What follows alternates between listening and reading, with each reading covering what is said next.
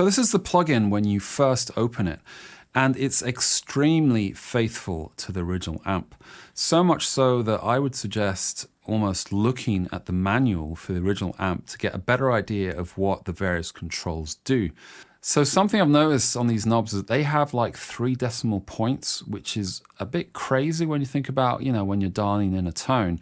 Like you can go to like the smallest millimeter and that will presumably make a difference in the sort of tones that you're going to get. So that's the sort of level that we're looking at here.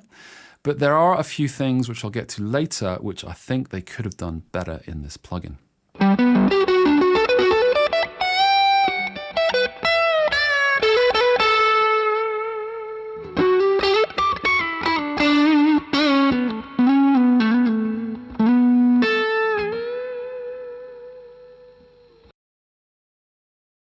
So the basic controls outside of the amp is that we have an input over here, which we can set the level of, again, to 3 decimal places.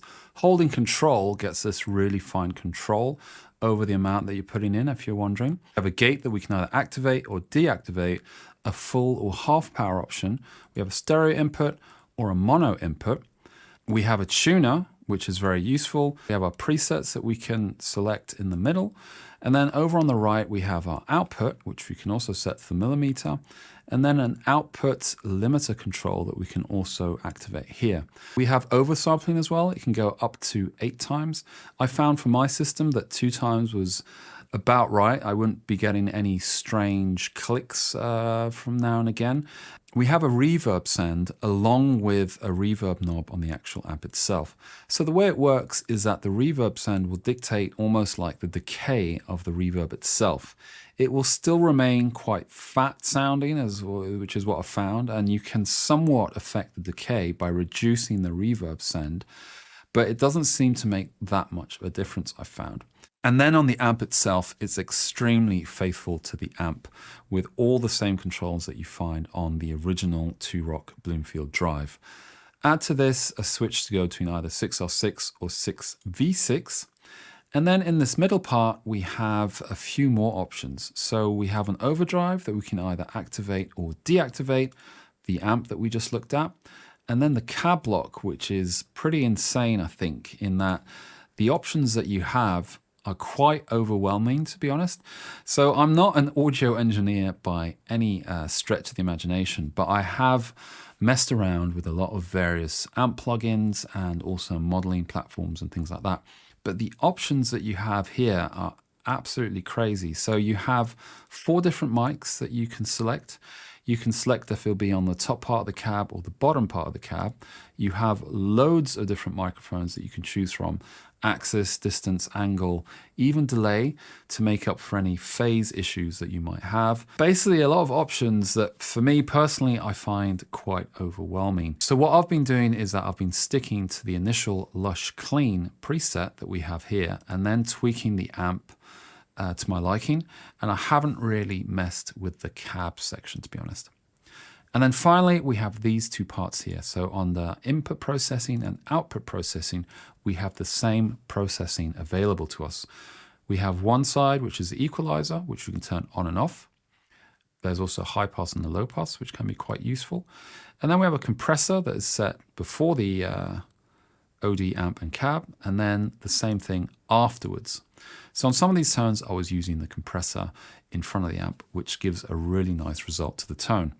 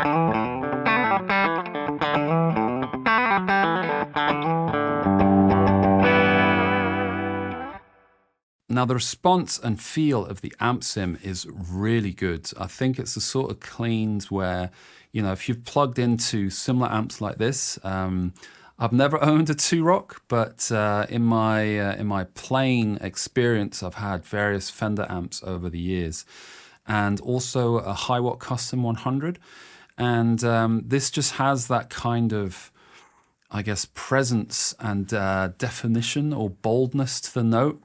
I could throw loads of buzzwords out there, but essentially it really gives a powerful sense to the note with this round, powerful, bold sort of tone. So this is a pretty bare bones, you know, core amp tones sort of plugin.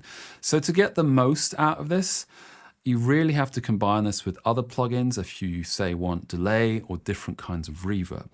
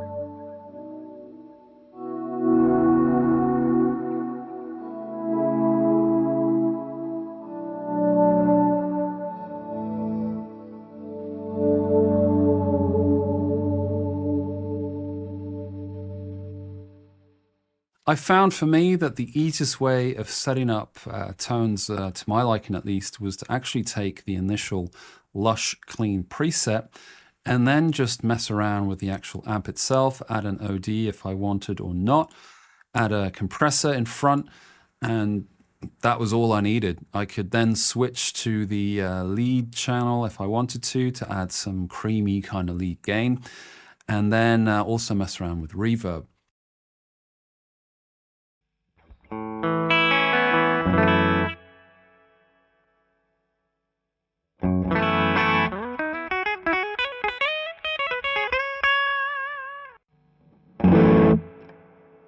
So one thing that really bugged me was actually with the presets. As great as they actually sounded, the volumes and output level were just all over the place. So some presets had like fairly low output level, and others would just simply directly clip the output. So that was kind of frustrating when you're going through presets to try stuff out, because you can't lock, say, this output knob here, or even this output limiter there. Maybe that's something they'll change in a future update. I hope they will, because it makes like going through presets that come with it really frustrating to sort of look through and go over. Now, with pricing and the tones on hand in mind, Obviously, this isn't for everyone. I must say I've easily gotten some of the best clean guitar tones through this plugin, and it only makes me wonder how amazing an actual 2-rock amp must be. And maybe someday I'll actually get to try one as well. So if you want to check this out, I suggest giving the trial demo mode a go. You're free to try it with all the functions enabled for 14 days, after which you can make an opinion on if something like this in your arsenal is worth it or not. In any case, thanks a lot for watching. If you enjoy this kind of content, please drop a like and subscribe, as it really helps me out. Thanks.